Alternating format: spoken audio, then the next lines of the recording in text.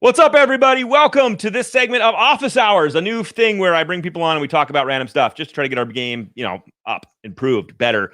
We're going to be joined by a loan officer at Loan Depot, Nick Fendig from Jacksonville Beach, Florida. 7 months old here at Loan Depot, but he's going to dive on. We're going to talk about, digital, social media, podcasting, content calendaring, all the fun stuff. So buckle up.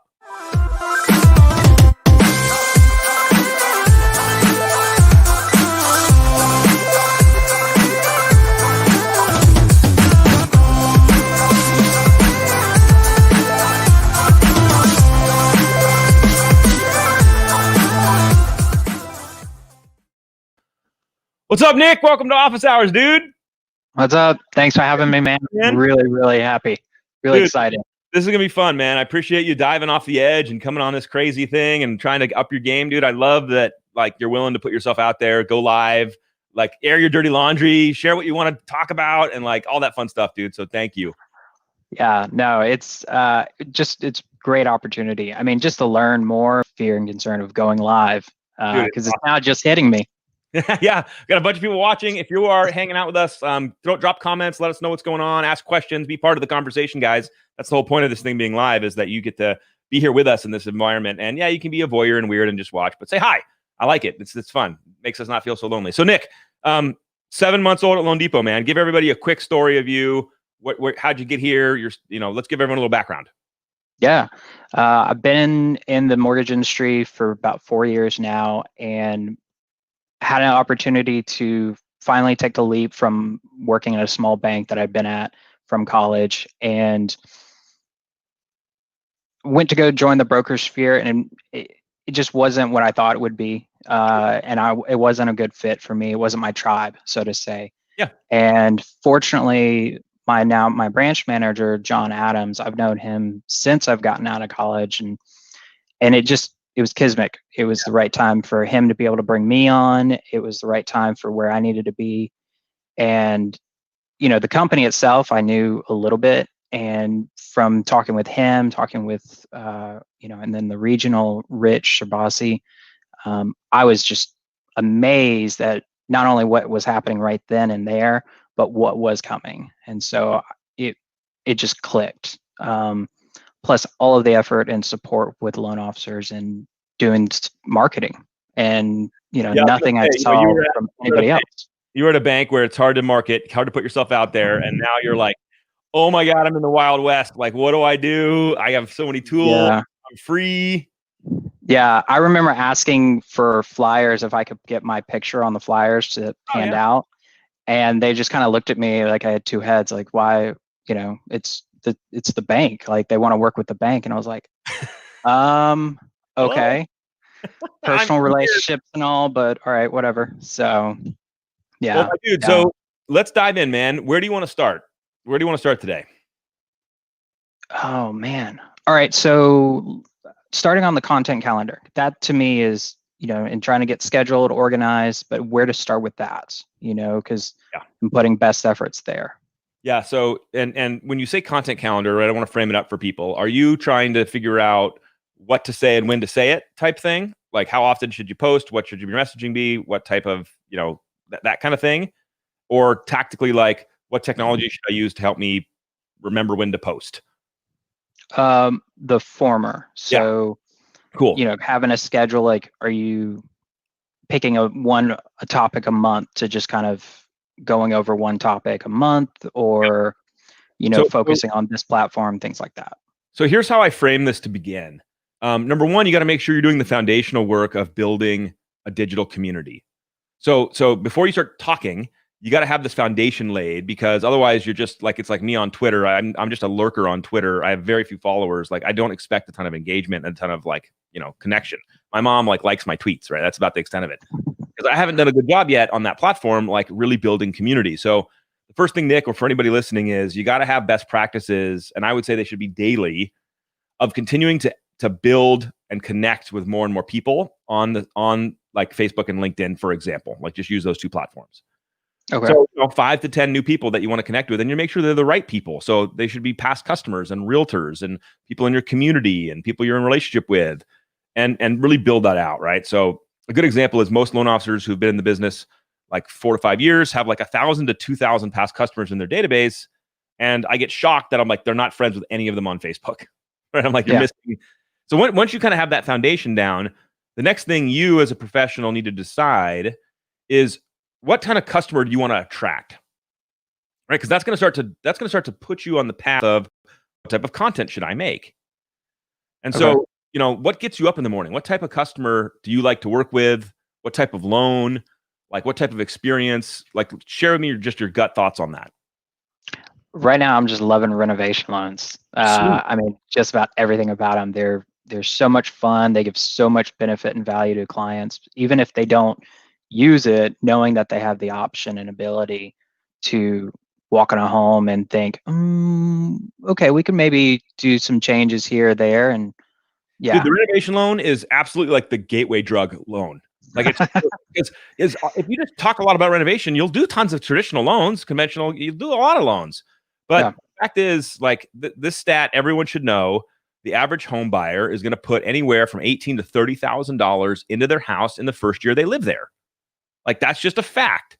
Yeah. And so if you're talking about how to finance that and rates that are in the lowest they've ever been, you're a hero, right? So let's focus on renovation for a sec as your first topic, right?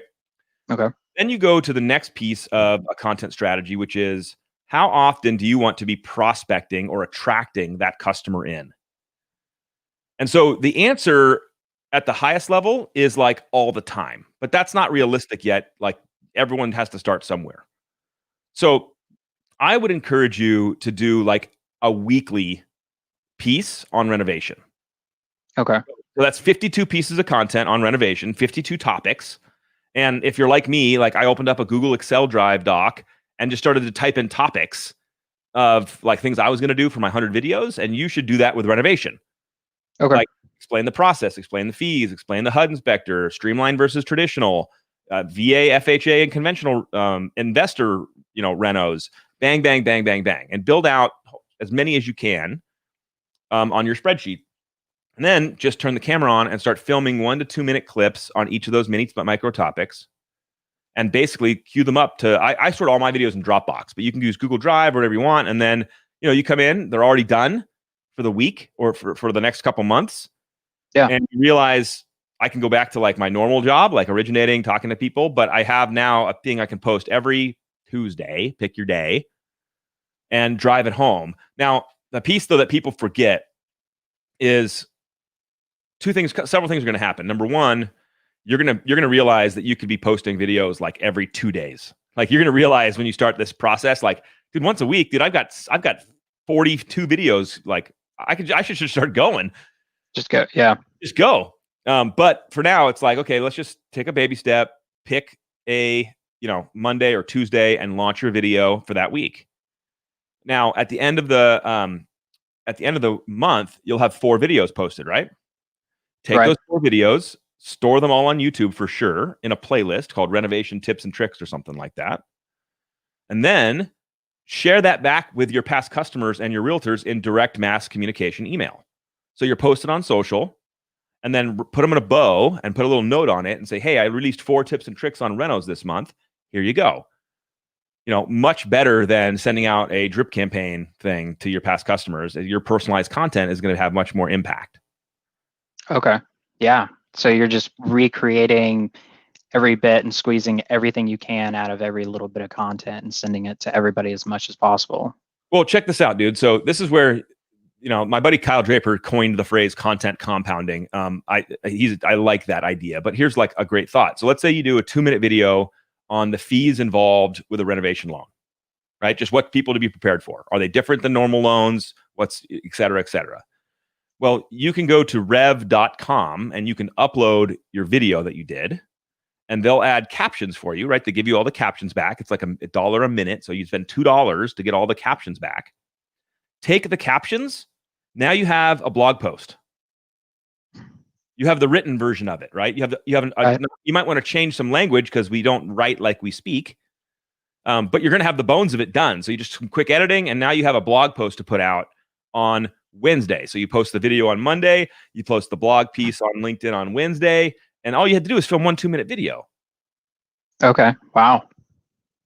The other Okay. thing, this is where you get really crazy though, Nick, is you can take that 2-minute video and let's say there was a quote in it you really liked, or like you nailed something, right? Like that now is an Instagram post. Like you can just like you can create an Instagram post for that, or you can create a tweet from it. You can actually tweet it, snip the tweet, post that as an Instagram post. And for a 2-minute video, you now have 4 or 5 or 6 pieces of content that you can post throughout the week to keep your message current.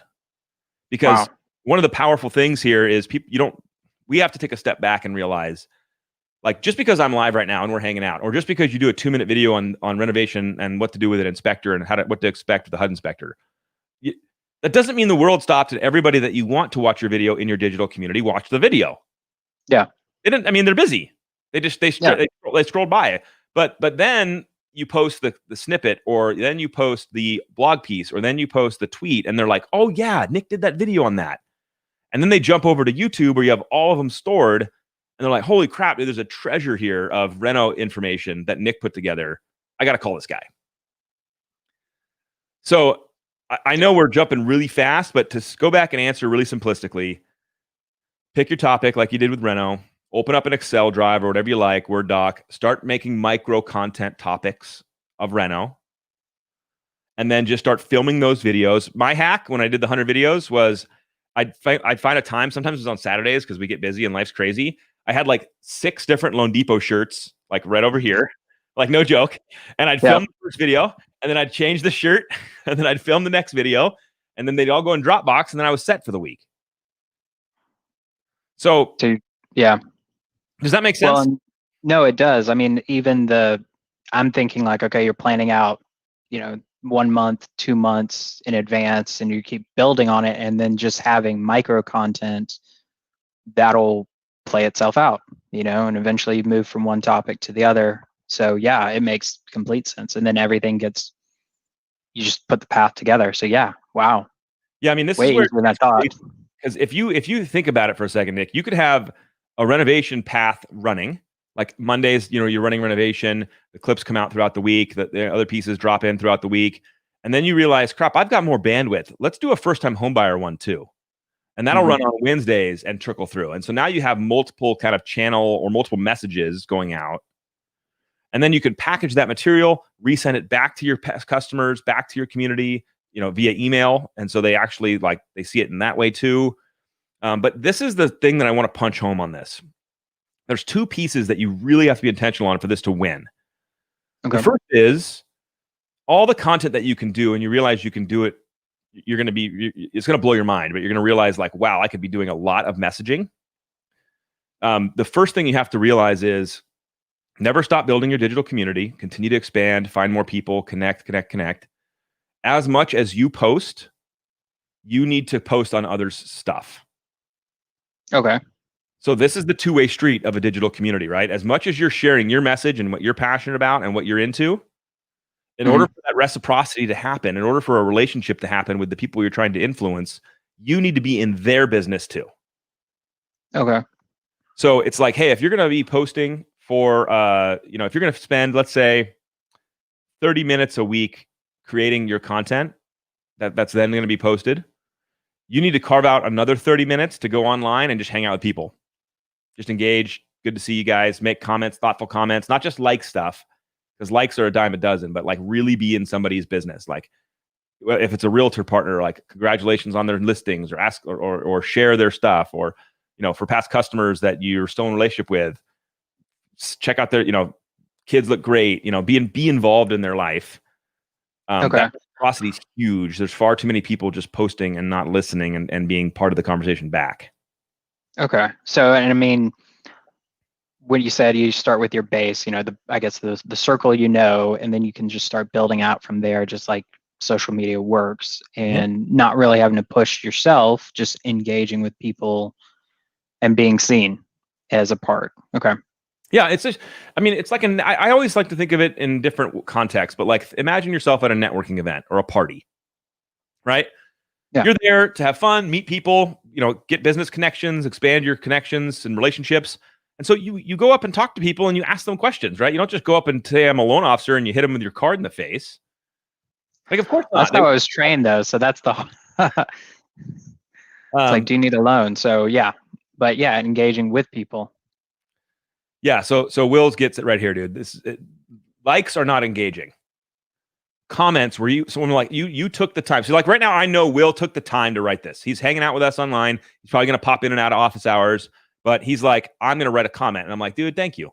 Like, that means something. You're here. You're playing the game. Same with you and your digital community. Like, you needed to play the game. There are too many loan officers posting their stupid Yelp reviews and their stupid Zillow reviews. No one freaking cares. Like, it's like going to a party and being like, I'm amazing. Everyone's like, why is there a weirdo yelling he's amazing in the corner? Like, go read How to Win Friends and Influence People and just ask questions to people about their life and watch how much your business grows. It's like stupid. But I think if you start with just that, get some videos out. Don't worry about content compounding. Don't worry about making snippets and tweets, and just do a video a week. And then what happens is the momentum will catch you and you'll realize, oh, I got more capacity. I can do this better. And you'll play the game at higher scale. But yeah, that's the content calendaring, man. There it is. Okay. That makes so much sense. Just keeping it simple. So, awesome. Yeah, and don't try to do it like the day of. Like, if you're making a commitment to post a video every Wednesday, like, don't wake up Wednesday without like the video done. Like, have them done in advance so you take that stress off you. Because everyone has to realize, especially if you're watching this, like, you're not going to maintain absolute motivation every day. We ebb and flow. So when you're on fire and you want to film some stuff. Save it for later. Okay. Yeah. No, I mean, I'm already trying to set time aside on schedule just for the podcast, for other stuff. So easy to do. And it's just a 2-minute video. So yeah. Wow. There you go, dude. Okay. Awesome. Right. Where do you want to go after that? That was a good segment, man. That was good. Yeah. So I guess not wanting to, with focusing on there's so many different platforms, so many different, you're trying to connect with different people, LinkedIn, Facebook, Instagram, Twitter, like you said. I mean, in the same sense, keep it simple, just throw it all out there in different formats. I mean, what do you think in the same with where we started? So I think it's a no-brainer, and it's actually like you need to start with Facebook and LinkedIn. Okay. And there's several reasons. Number one, they're very, very popular platforms. So there's lots of people there. Like, your past customers are probably on Facebook. So, and your business partners and even your past customers, because they're business professionals, they have jobs because you closed loans for them. They have a job. They're probably on LinkedIn. Right? Right. And those platforms are really great to start with, because when you go out and send a friend request or a LinkedIn connection request and they accept, you're now seeing each other's stuff. Instagram and Twitter requires them to actually follow you back. You can follow them, you can watch their stuff, but unless they follow you back, they're not going to see your message in return. Okay. So there's strategies for LinkedIn and Twitter on how to get people to follow you back, and it's around engagement, of course. But for this conversation, simplistically, Facebook, LinkedIn, no brainers, go all in, build the digital community there, find your past customers on LinkedIn, find them on Facebook, connect into both, and just start building in those platforms. That's where all the humans are. Okay. Yeah. Okay. Some platforms. Got it. Nice. All right. I guess the last thing would be, wanting to, equipment wise, like I went out and bought a camera because I wanted to start doing podcasting, vlogging, things like that. You brought up Rev. I mean, what are good things I have is kind of for everything, I guess, equipment wise. So this is a super great question, and everyone needs to hear this like a million times. So I'm really, really glad you asked this. Your equipment, and by the way, I just noticed, like, my lighting's not even on. So look, this is what I look like now. Such a clown sometimes. I just get excited and I don't even think about it, but I'm just like, oh yeah, we don't need lighting. There, now you can see me. I'm not in a dungeon anymore. So yeah. People forget this all the time. Your camera, your lighting, your camera angle, the background that you provide to the people you're hanging out with digitally, that's literally like the modern day version of a business suit, right? So I'm a dude, I suits, I understand suits. Like, if you're going to go to a really important meeting, you're going to put on a suit. You're going to make sure the tie's right. You're going to be clean looking, because impressions matter. Well, in the digital space right now, in this space, impressions matter the exact same. And so people aren't connecting the dots, though. They're not realizing that, like, hey, wait a minute, this actually matters. I need to invest in this. The same way you go out and buy a really nice suit, and that's like your nice one, like that then your gear is the digital version of your suit. Okay. And so I tell people to go really into the gear, like it matters. And let's start with the basics, right? So camera. Logitech Brio is a great camera. It's like a $300-$400 camera. You can buy a Logitech, the 1080p, and that's an exceptionally good camera, and that's like $60-$70. Those are great cams. They'll give you a great view. But if you want to go wear the multi-$1,000 suit, then you go get like the Canon EOS M50 that I'm shooting on, and you get like the blur background, and you get this. This is what a $400 camera does. So this is me in my nice suit, right? Like this is me showing up in a big way.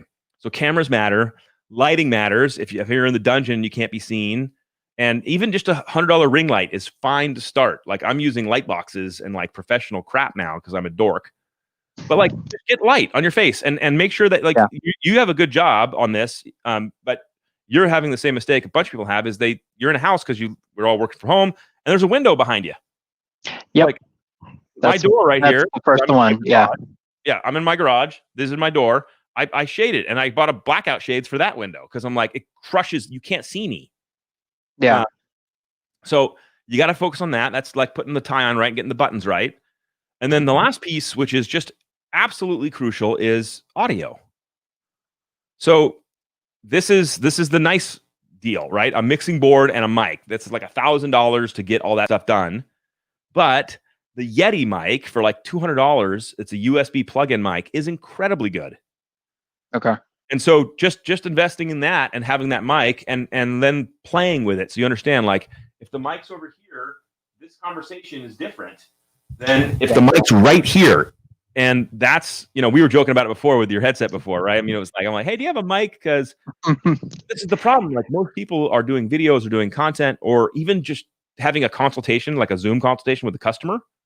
Yeah. And they look and sound shitty. And I'm like, dude, what do you think the customer's thinking right now? They're thinking like, I'm not working with this person. Yeah. Just not, you don't have it together. It's like showing up meeting in sweatpants, like, and you're all sweaty. Like, you're not going to close that deal, dude. You're not going to, the customer's like hating you immediately. But people aren't getting it, and they're not getting it fast enough.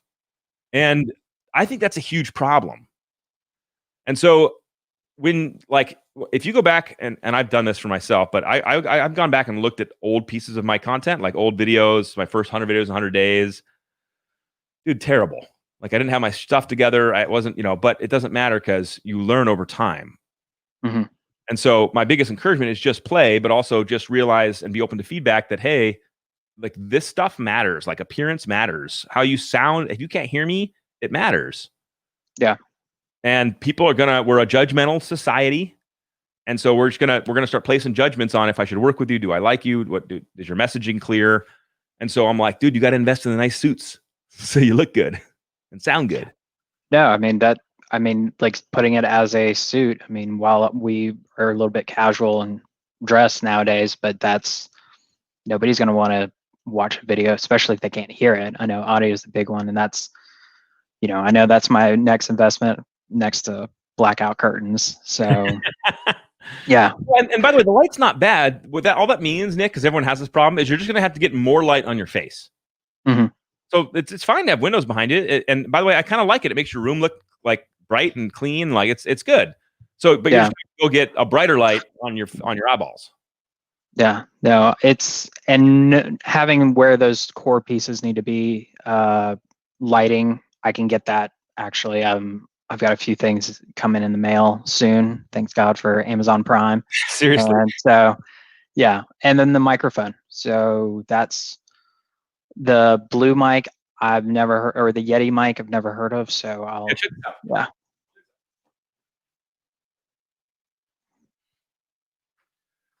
This is the guy. He squished it. Okay. This is the guy. Yeti. I don't. It's blue and yet it's black. I don't. But whatever. And literally, you just USB plug this thing into your computer. You stick it on your desk right in front of your face, and you're rocking, dude. Like that's all you need. And it's great quality for the price. Okay. Like, you don't need a mixing board. You don't need any of that stuff. But it's great quality for the price. And dude, it's so funny, man. Like, just look at the world today. Like, all of our meetings now are virtual, right? And all of our client consultations are virtual. And we're as COVID goes away, we'll get back to more in-person stuff. But I think this is going to stay. Like, this is going to stay. We're going to do a lot of stuff this way.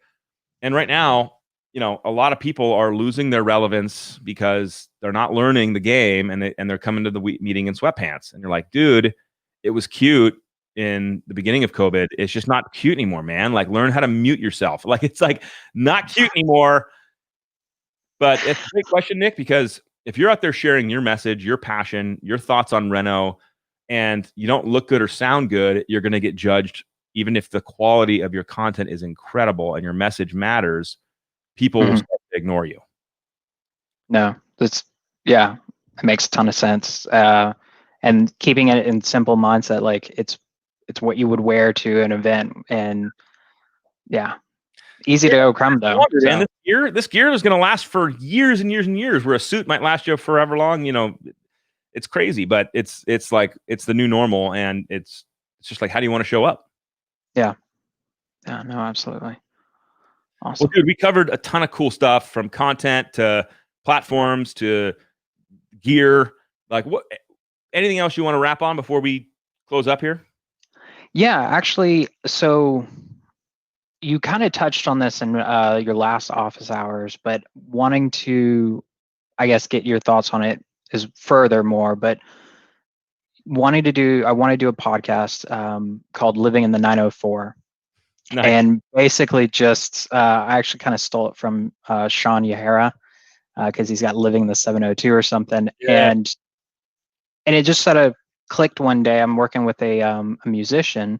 Obviously, they've had a very weird year, and she's a local musician. And, we're talking about her year, and I was just like, man, more people need to know about you, and they need to know like that real side. And then just thinking, there are great restaurants, there are great businesses, they're great, but just going out and highlighting these features in the community.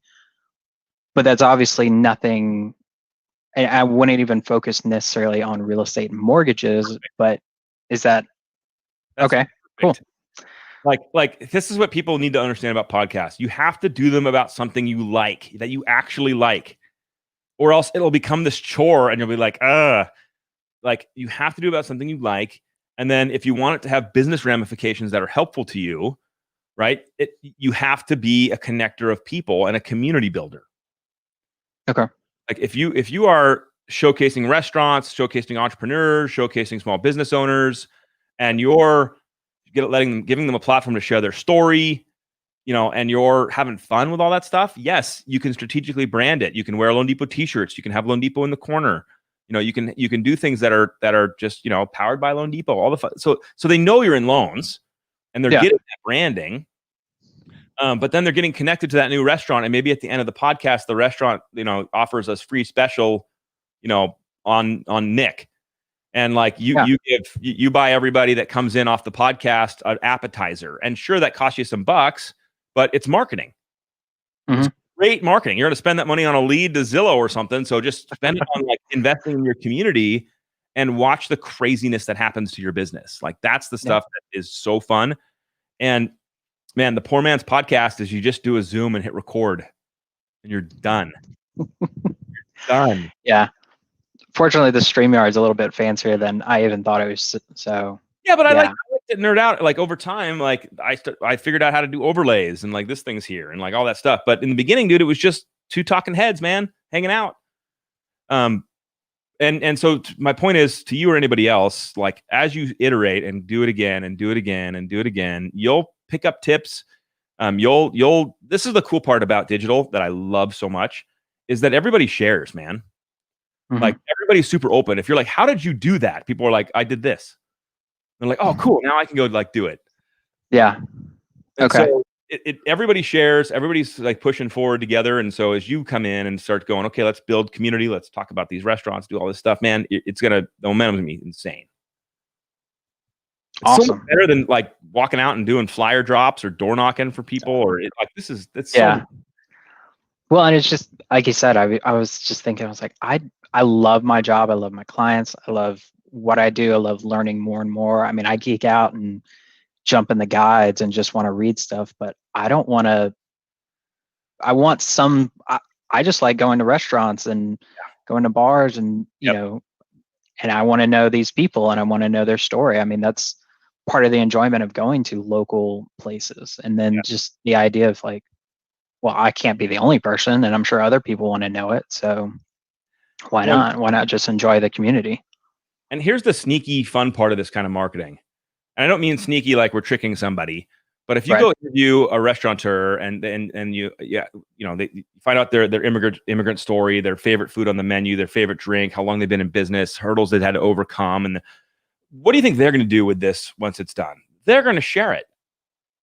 They're going to share it on their restaurant page that's got 1,000 likes and 1,000 followers, and all of a sudden you're in front of all those people that you weren't in front of before. Yeah, dude, it's crazy, and your influence just builds and builds and builds, and all you're doing is hanging out and doing what you want to do. Yeah, maybe getting free samples. So getting free samples. I mean, just picture this, right? Let's say you do a podcast. This is where things get really crazy, and we can probably wrap on this. But like, let's say you do a podcast with a restaurant owner, right? You get 45 minutes of conversation of their origin story, how they built the restaurant, what they love, their favorite food, their favorite items, all that stuff, right? You have 45 minutes in there. They're going to share it on their social pages for sure, connecting you into that whole community. You can take that and cut snippets out and share those snippets, pointing back to the podcast on YouTube or on where it's stored. You can take that podcast, you can share that with your past customers and your realtors through your email marketing, directing people back to the restaurant. You even could have, like, that restaurant could host a networking event or a first-time homebuyer seminar for you. Now, COVID makes things weird, but like that could be a deal, right? You could be like, hey, let me showcase this restaurant. And in 30 days from now, we're having an all-you-can-drink mimosa brunch and learn at this restaurant on me, on you. Like, and so like so they're sharing it, you're sharing it, and you start seeing how this thing snowballs. And you could be hosting one of these a month. Yeah, just keep paying it forward to somebody. Yeah. Dude. Okay. Wow. I mean, I haven't even thought about it that way. So it's crazy. It's just, this is where it snowballs. You start once and you're like, well, where could it go? And like, you could be having a millennial networking event, entrepreneur pitch, 2-minute pitch your company and drinks on Nick Wednesday at your favorite bar, and a brunch and learn for first-time home buyers. And the other gem that you should be thinking about, dude, how many HGTV shows are there on like fix and flip and renovation stuff? Millions. Yes. So you love Reno. You have a weekly thing talking about Reno. What happens when you can start showcasing the actual Renos you've done with pictures before and after? What happens when you can find that one customer who's totally fine with you coming in the house and filming yourself there, being like, hey, we're this is the before, and then coming back a month later being like, or 2 months or 3 months, and being like, remember the before? Here's the after. Call me for your renovation stuff. Like, now you're having a party, dude. And now you're in control of your business. You're in control of the business flow. You're not waiting for somebody to hand you a customer. You're creating all this immense value, and they're coming to you, and you're having a blast. Yeah. The snowball is, again, never even thought about that. I mean, I was just educate, so that's huge. Yeah. Well, dude, check out my snowball. So my goal this year was one podcast a month for 12 months. That's my goal. So January, I'm like, here we go, baby. I just did my 100 videos in 100 days. Done with that in December. Kick it off with the modeling podcast. And look at all the crap I'm doing now. It just snowballed. New opportunities came, new things happened. We're here. I have Barry Habib on the podcast this coming Thursday. And all the stuff that I'm creating is coming from two efforts. It's coming from this, which was LiveTime and office hours, and it's coming from the podcast. Those two efforts are creating everything you're seeing on the internet that I'm putting out. Okay.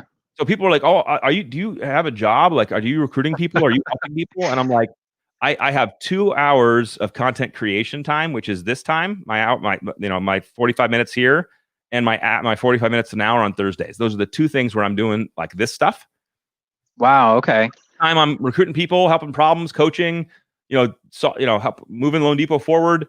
And this is how this stuff compounds and snowballs. And it's crazy, dude. And it'll change your whole career. And anybody who's listening and paying attention to it, it'll change your whole life.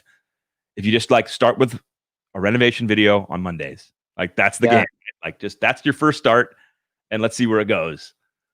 And that's actually even more encouraging to hear, that having seen, because I started watching your first initial videos and then how much you've grown and doing everything else. And I'm thinking he's got at least 8 hours a week devoted to that. So for you to be like, yeah, I'm doing everything else, but really it's just 2 hours out of my week. It's like, that's okay.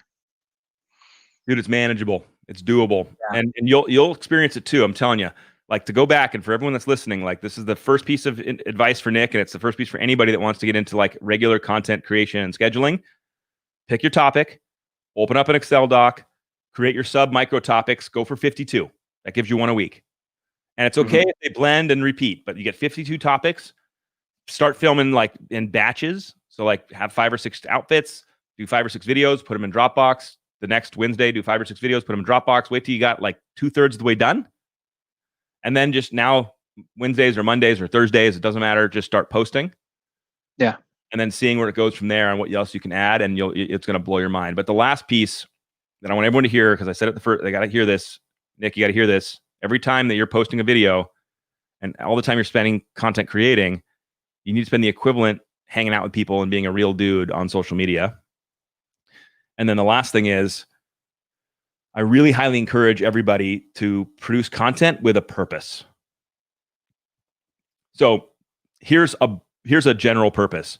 I'm making renovation videos to come out every Monday to demystify, debunk this amazing loan product, to show people what's possible that they don't even know, to provide education, right? That's a why. But it's a little weak. It's weak only in that it doesn't put any risk to you. Risk to you is, I'm going to do a renovation video every Monday for 52 for a year or 6 months or 3 months, whatever you think you can hold to. And my goal is to do 5 transformations of renovations in my community, 5 deals, like 5. I want to transform 5 homes for people. Okay. On the first side, it's just like, I'm an educator. That's great. But how do I measure that? Like, who did you educate? Like, what's the result? The boldness over on this side is, I might fail. I might not get 5 deals. But this is also where, like, I try to push people is, do it with the result. If you do a first-time homebuyer thing and you post first-time homebuyer things every Monday or Wednesday, have a goal. Like, by the end of the year, I'm doing these video series because I want to impact and transform 10 people into homeowners from renters. And that's why I'm doing the video series. And then every time you post it the next week, you can be like, guys, I got 1 down. We got 9 more to go before the end of the year. And you're just tying a very specific campaign to a posting strategy. And man, you're using the community to kind of help keep you accountable. Yep. Wow. And then you can also, imagine every month you send an update letter to your past customers and realtors. Hey guys, I posted 4 videos this week on first-time homebuyers. My goal in these video series is to get to transform 15 people from renters into homebuyers. And I got 3. So I got some more work. I got 12 more to go. And then that's the message you send to your past customers and to your realtors with all the videos. They can forward it on to people who might want to buy, versus, here is the economic news that nobody cares about. Dude. Yeah. That's the game. Yeah, that's a game changer. I mean, yeah. Wow. Okay. All right, dude. We're wrapped. Any final things you got? No, I mean, covered everything and more. So I really, really appreciate the time, Alec. Dude, no. Thank you for coming on here, being bold, asking questions. For those of you that are watching the tail end, you want to be part of office hours, shoot me a text, shoot me a DM, and I'll get you queued up to come on. We got a bunch of people queued up for the remainder of the month, but this is your chance to get vulnerable, ask questions, experience your first live maybe, and put yourself out there. And at the same time, we'll grow together and collaborate. So hang out with us. Nick, this will be stored on YouTube. And I send it out in my weekly update so everyone can get a hold of it too. So if you want to go back and check it out again, it'll store there on my channel. And I appreciate you, buddy. Yeah, thank you. Really do. Thank you. Everybody take care. Have a great day.